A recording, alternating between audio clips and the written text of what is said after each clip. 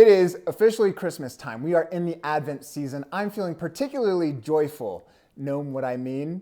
That's so stupid. Let's talk about the birth of Christ. Okay, so we all know the Christmas story, or at least I hope we do. If you don't know the Christmas story, then find your nearby parish, go to their pageant, and watch the Christmas story, and then you can turn back on this video. But today, I want to share some insights from chapter 2 in Life of Christ, written by Venerable Fulton Sheen. Let's start with a little summary from Sheen's writing. These are not going to be direct quotes, though sometimes I may hit them on the head. So if you're following along, I hope this sounds familiar. Okay, so say a musician in an orchestra strikes just a horrible sour note, and people are like, oh my gosh, that was wretched.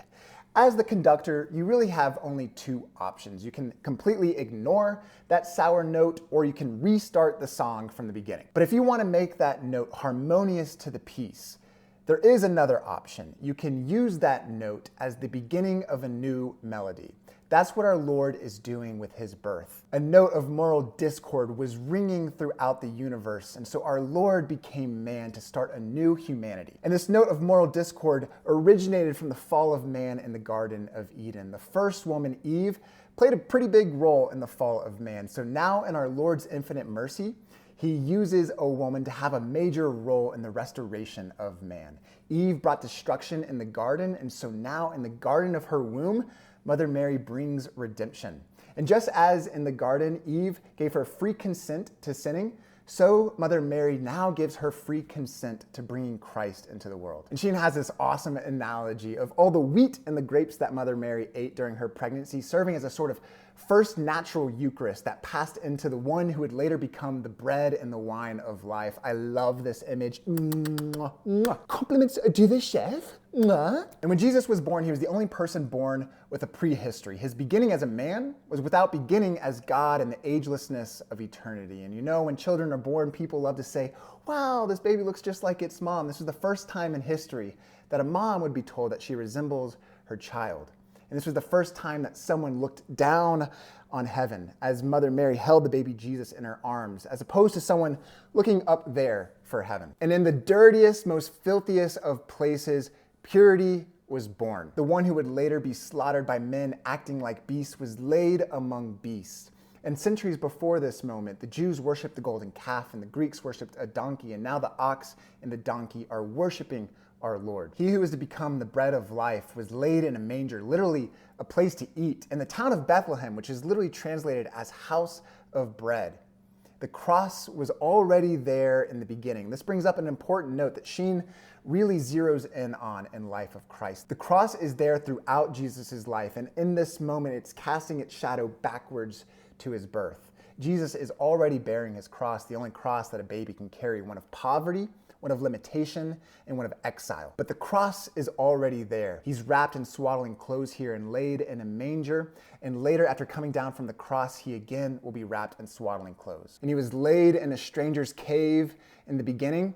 And later, after his crucifixion, he will be laid in another stranger's cave. The cross is already there from the beginning. And Sheen wisely notes that there are only two groups of people who come to visit the baby Jesus: the shepherds and the wise men, the poor and the wise, those who knew that they didn't know anything and those who knew that they didn't know everything. Only the humble can find God, as Sheen says. Those who think that they know are putting a stumbling block up between themselves and the Lord. And so thus, God became man. This is what we call the Incarnation. Jesus didn't lose an ounce of perfection by becoming man, and he also didn't gain an ounce of perfection by becoming man. But he carried the infinite love of God in his heart and the unmeasured compassion of God in his eyes. This is the beginning of a new humanity out of the material of the fallen race. This is the beginning of a new melody that would ring out throughout the universe. This is the one through whom humanity would start all over, a second Adam, the Redeemer of mankind, our Lord Jesus Christ. Okay, so what do we do with this? Aside from Christmas cookies and trying to find the Hoka running shoes that your wife sent to you months ago, but no store seems to have available, how does this affect us? What do we do with this? We're called to prepare our hearts and draw close to the one who draws near us. We're called to prepare our hearts. I hear that phrase so often during the Advent season that it kind of sounds like fluff. It gets tossed around like red and green M&Ms, you know? But man, green cookie, come on. During this time of Advent, when we're reflecting on the Incarnation, we're really reflecting on the love of God. And we're really reflecting on our own hunger for God. our humility and our ability to draw near to the one who draws near to us, to the one who really humbled himself. Sheen uses this metaphor of, okay, say you could disconnect your body from your soul and you could send your soul into a serpent. You'd be completely humiliated. You'd take on the limitations of a serpent's body as well as a serpent's mind, knowing the whole time that your mind was far superior. And you'd also be humiliated in the sense that your companions would be snakes. You'd have snake friends. It'd be crazy for a human to enter into a serpent's world, but it's even crazier for our God, our almighty, all-powerful God to enter into humanity. It's cray-cray, as they say.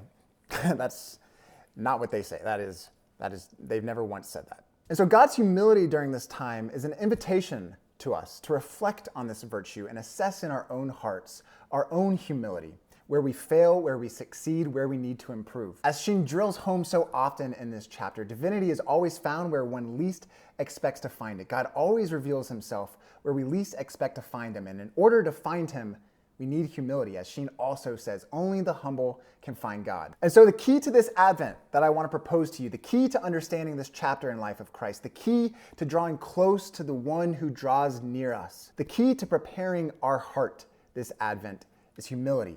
How open are you to growing closer to our Lord? How open are you to seeing God where you least expect to find him? How open are you to finding God in that family member who seems so wrapped up in their own world? How open are you to finding God in that person who cut you off in the grocery store? How open are you to getting rid of some of the things in your life during this Advent season, also known as fasting? How open are you to spending time with our Lord during this Advent season?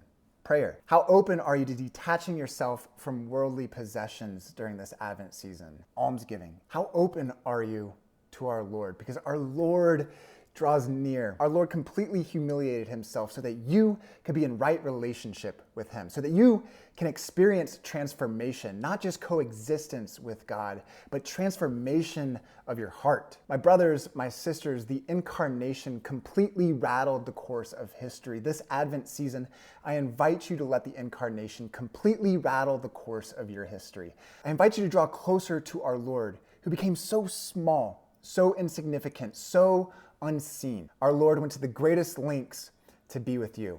How far will you go to be with him? As St. Nicholas once said, Merry Christmas to all, and to all a good night. I don't actually think St. Nicholas said that, but you get the point. Oh, also, if someone can find me some Hoka's blue fog-colored size 7s, please hit me up.